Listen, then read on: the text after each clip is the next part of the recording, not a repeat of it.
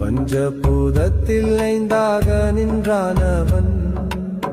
பஞ்சாஷரத்தில் நம சிவாயமே முகங்களாறு கொண்டானவன் பிரணயத்தில் சரவண பவமே ஏழேழு லோகத்தை படைத்தானவன் எட்டாத முத்தி நிலை தர வல்லவன் ஐயன் எட்டு திக்கும் இருப்பானவன் என் மனதை ஒரு நிலை செய்வானவன் கோள்கள் ஒன்பதில் ஒளிந்தவன் ஓங்காரமாகனில் ஒலிப்பவன்